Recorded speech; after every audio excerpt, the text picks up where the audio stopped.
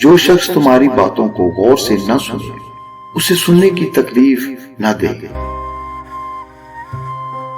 جب آپ غصے میں آ جائیں تو خود کو سمجھائیں کہ غصہ کرنا نہ صرف ایک بری بات ہے بلکہ آپ نے اپنی عادات میں ایک برائی کا اضافہ بھی کر لیا ہے۔ خاموشی تمام سچائیوں کی ماں ہے۔ ہمیں وہی کچھ ملتا ہے جس کی ہم ایمانداری سے کوشش کرتے ہیں، نہ کہ وہ جس کی ہمیں خواہش ہوتی ہے۔ کامیابی کا راز اپنے مقصد کی طرف مستقل مزاجی سے بڑھتے رہنے میں پوشیدہ ہے۔ حرص و لالچ بھی حسد کی طرح انسان کی زندگی میں جڑیں بنا لیتا ہے جو اس کی موت تک قائم رہتی ہیں۔ دولت مند پر حسد مت کرو کیونکہ دولت کی لذتیں فانی اور عارضی ہیں۔ دوسروں کی خوشی اور آسودگی پر حسد نہ کرو اس لیے کہ ان پر سرور زندگی چند روزہ ہے۔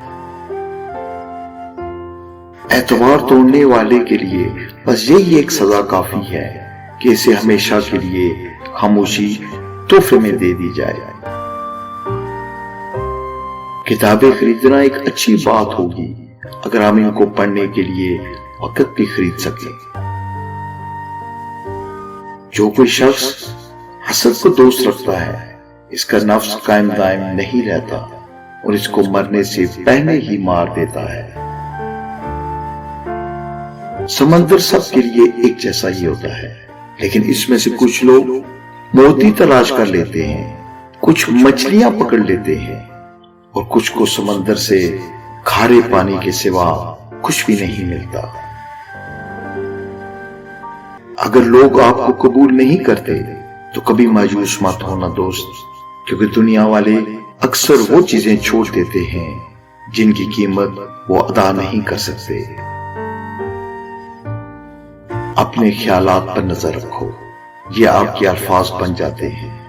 اپنے الفاظ پر نظر رکھو، یہ آپ کے اعمال بن جاتے ہیں۔